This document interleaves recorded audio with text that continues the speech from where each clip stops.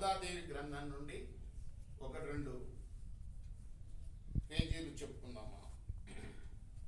వటపత్ర సాయియే పరదైవ మంచు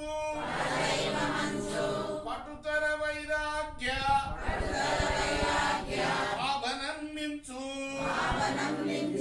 వివిధ విస్మర్చనల్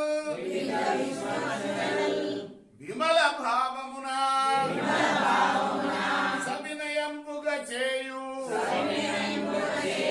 సద్భక్తి కలిగి తరువాత మేల్కాంచి ప్రతిదినం బతడు. విష్ణు చిత్తుల యొక్క రోజు చేసే దినచర్య అంటాం కదా, అది చెప్తున్నాడు అన్నమాట ఇందులో. వరువాత మేల్కాంచి ప్రతిదినం బతడు వనమాలి పూజించు పరిపూర్ణ భక్తి చిత్తము విష్ణుని సేవాంకితముగా విష్ణు చిత్తుండనగా వెలసినామంబు. తండ్రి ఇలా ఉండాలన్నమాట. తండ్రి ఇలా ఉంటే గోదాదేవి లాంటి కూతురు పుడుతుంది. అర్థమైందా?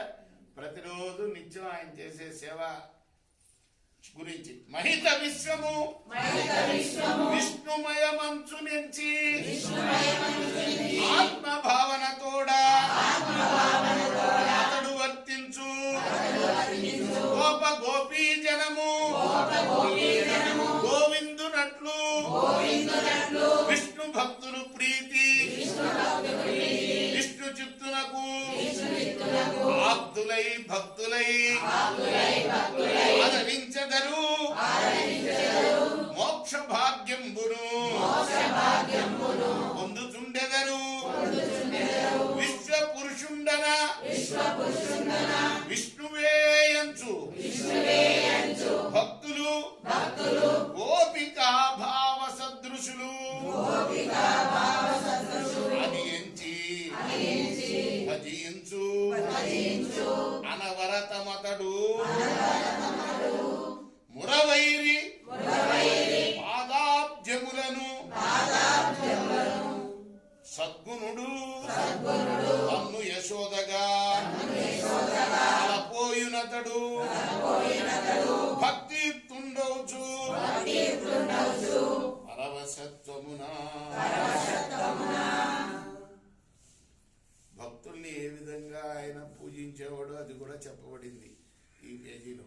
రేపు మనం మరి కొంత భాగం పారాయణం చేసుకుందాం. అండా తిరువడికలై